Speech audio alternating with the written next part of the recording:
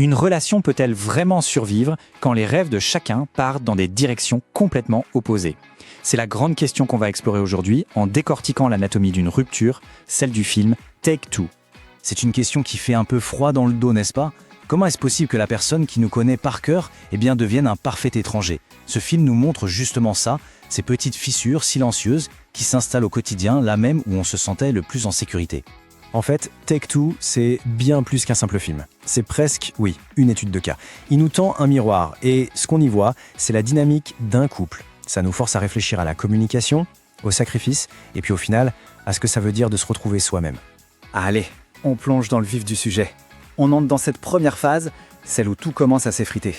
Ce qui est intéressant, c'est que l'histoire ne commence pas par un conte de fées, mais directement au point de fracture. Vous savez, ce moment brutal où tous les non-dits finissent par exploser au grand jour. Juste ces quelques mots. Nous allons divorcer. Lancés comme ça, devant leur fille. C'est une véritable détonation. C'est la fin d'une époque, annoncée froidement, sans détour. Là, il n'y a pas de négociation, pas de retour en arrière possible. On sent tout de suite le poids, la gravité de la situation. Mais ce qui est peut-être le plus révélateur, c'est la réaction de leur fille. Elle n'est même pas choquée. Son calme en dit long. Ça montre que cette annonce, pour elle, c'est juste la confirmation officielle d'une sorte de guerre froide qui dure depuis des années.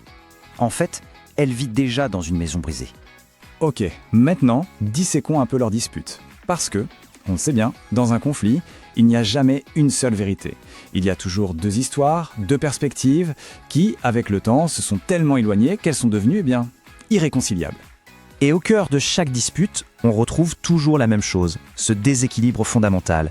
D'un côté, on a une ambition professionnelle qui dévore tout, et de l'autre, le poids d'une vie personnelle mise de côté, d'un rêve sacrifié. Et voilà, on touche au cœur du problème. Lui, il se voit comme le bâtisseur, celui qui trime pour le bien de la famille. Mais elle, de son côté, elle ne le voit pas du tout comme ça. Pour elle, ce n'est pas une construction, c'est une érosion. C'est l'effacement, petit à petit, de sa propre identité. Deux perceptions totalement différentes pour un seul mariage qui est au bord du gouffre. Et c'est là, bien sûr, que tout s'envenime. Le loyer, les tâches ménagères, l'éducation des enfants, absolument tout devient un prétexte pour rejouer ce conflit de base. La question, ce n'est plus de savoir qui a raison ou tort, mais qui a fait le plus de sacrifices. Alors voilà, le couple est complètement piégé dans sa propre guerre. Et là, un choc extérieur va tout changer. C'est la crise de leur enfant qui va servir de tournant inattendu. Un tournant qui les force à mettre leur conflit sur pause pour affronter ensemble une peur bien plus grande. La détresse de leur fille, elle est vraiment palpable. Sa fugue et puis ses excuses pour une simple robe, tout ça, ça trahit un mal-être bien plus profond. Et là, pour la première fois depuis très longtemps, les parents se retrouvent face à une douleur qui n'est pas la leur. C'est un mécanisme psychologique assez fascinant et très puissant. Quand un ennemi commun apparaît, l'ennemi qu'on avait à l'intérieur est mis de côté. D'un coup, leur combat l'un contre l'autre se transforme en un combat côte à côte. Et cette scène illustre ce changement à la perfection. Dans ce moment où elle est si vulnérable, il ne l'accuse pas. Au contraire, il la rassure. Il passe du « tu » qui accuse au « nous » qui unit. C'est vraiment un moment de grâce, comme un petit îlot d'unité au milieu d'un océan de disputes. Alors, au-delà de leur histoire personnelle, qu'est-ce qu'on peut en tirer? Quelles leçons peut-on apprendre de cette rupture? Parce que finalement, chaque crise cache des leçons universelles sur l'amour, la communication et l'identité. La première grande leçon, c'est celle du silence.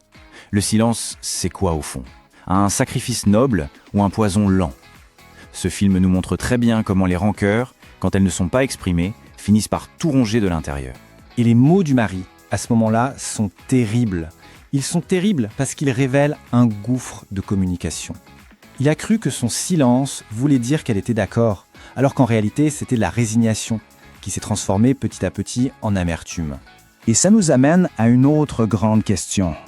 Qu'est-ce qui se passe quand la vie à deux finit par complètement effacer la vie individuelle? C'est le grand risque dans les relations longues, que les identités se fondent tellement dans le « nous » qu'on finit par ne plus savoir qui on est tout seul. La prise de conscience de Mercier est vraiment poignante. C'est en voyant ses enfants grandir, devenir des personnes à part entière, qu'elle réalise qu'elle s'est oubliée en chemin. Leur épanouissement, c'est comme un miroir qui lui renvoie l'image de ses propres rêves laissés de côté. Du coup, la fin de leur histoire, ce n'est pas juste un échec. Pas du tout. Pour Merci, cette rupture, ça devient une nécessité vitale. C'est le seul moyen pour elle de se retrouver, de commencer un nouveau chapitre où elle est au centre de sa propre vie. Et sa phrase finale à l'avocat résume tout. Sa quête, ce n'est pas une histoire de vengeance ou d'argent, non, c'est une quête de dignité, d'identité, d'humanité. C'est sa volonté, enfin, de redevenir l'héroïne de sa propre vie. Et donc, le film nous laisse avec cette question qui est essentielle. Est-ce qu'une rupture, c'est forcément un échec, ou est-ce que ça peut être parfois le déclic nécessaire pour une véritable renaissance? Parfois, pour se retrouver, il faut accepter de tout perdre. Et c'est peut-être ça, la leçon la plus difficile, mais aussi la plus libératrice.